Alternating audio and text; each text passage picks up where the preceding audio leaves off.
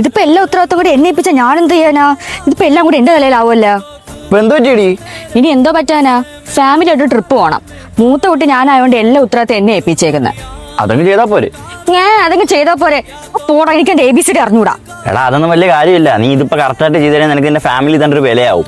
അതൊക്കെ ശരിയാ, പക്ഷെ എനിക്കിതൊന്നും അറിയത്തില്ല. ഞാനോ മണ്ടൻ, പിന്നെ ആകെയുള്ള കൂട്ടുകാരൻ നീയാ.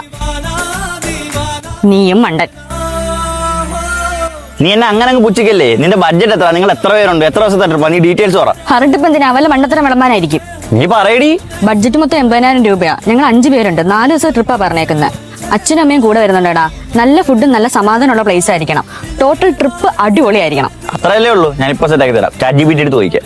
80,000 രൂപ ബഡ്ജറ്റിന് 5 പേർക്ക് 4 ദിവസത്തേക്കുള്ള ഒരു ട്രിപ്പ് വേണം. നല്ല സമാധാനമായിരിക്കണം, നല്ല ഫുഡും ആയിരിക്കണം. കേരളത്തിലോ തമിഴ്നാട്ടിലോ ആയിട്ടുള്ള ഏതാണോ ബെസ്റ്റ് ലൊക്കേഷൻ അതൊന്ന് സജസ്റ്റ് ചെയ്യും.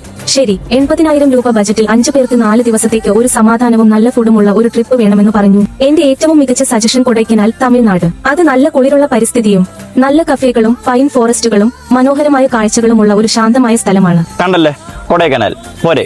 കൊടൈക്കനാല് നല്ല ഓപ്ഷൻ ആണല്ലോ. ChatGPT ഇതൊക്കെ കിട്ടും. എടാ ട്രിപ്പ് പ്ലാൻ ചെയ്യുന്ന മാത്രമല്ല, നമ്മുടെ ഡെയിലി ലൈഫിലുള്ള എന്ത് ഹെൽപ്പ് ആണെങ്കിലും എന്ത് സജഷൻ ആണെങ്കിലും ChatGPT എടുത്ത് വെച്ചാൽ കിട്ടും. ഞാൻ ഈ ഇടയ്ക്ക് സ്റ്റോറീസ് ഒക്കെ ചെയ്യുമ്പോഴത്തേക്ക് എവിടെയെങ്കിലും സ്റ്റക്ക് ആയി കഴിഞ്ഞാൽ സജഷൻസ് ചോദിക്കാറുണ്ട്. കൊള്ളാല്ലേ? ഇപ്പൊ എനിക്ക് ധൈര്യമായി. ബാക്കിയെല്ലാം ഞാൻ സെറ്റ് ചെയ്തോളാം. ഇനി കൊടൈക്കനാലുള്ള ബെസ്റ്റ് സ്റ്റേയും കാര്യങ്ങളൊക്കെ നോക്കണം.